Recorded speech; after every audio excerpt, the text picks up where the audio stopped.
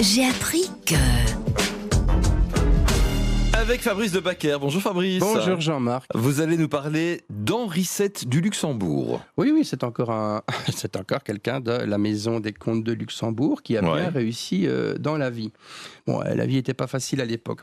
C'est quelle époque ? On est au XIIIe siècle. Ah oui. Donc, on est entre 1288 et 1312. Oui. Donc c'était pas une époque facile. Non. Mais au moins quand il y avait quelque chose de politique qui tenait, ça tenait.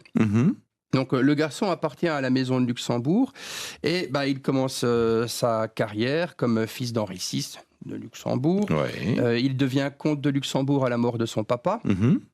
Certains deviennent ministres, lui il est devenu comte de Luxembourg en 1288.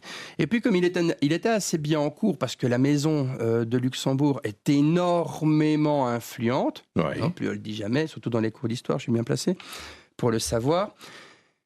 Il a été élu par les comtes allemands roi des Romains. Donc c'est le titre juste avant d'être empereur des Romains. D'accord, oui. Et c'est un petit mec qui venait de pas loin d'ici, Valenciennes, avec des terres près d'ici, à Arlon, Clairefontaine, tout ça. Donc non seulement il a été élu empereur romain germanique, il a acquis le royaume de Bohême. Donc c'est tout ce qui est la Tchéquie, une partie de la Slovaquie actuelle. C'est pas mal sur un CV non plus. Tout à fait. C'est pour ça que son fils d'ailleurs sera aussi roi de Bohême, Jean l'Aveugle. Il a pris parti pour soutenir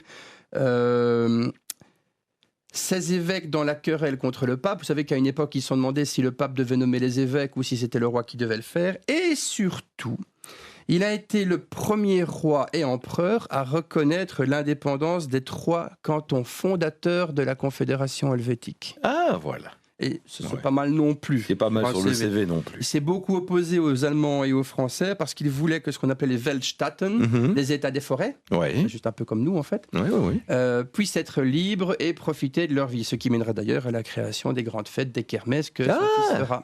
Voilà l'explication également. Merci Fabrice. De rien Jean-Marc, au revoir.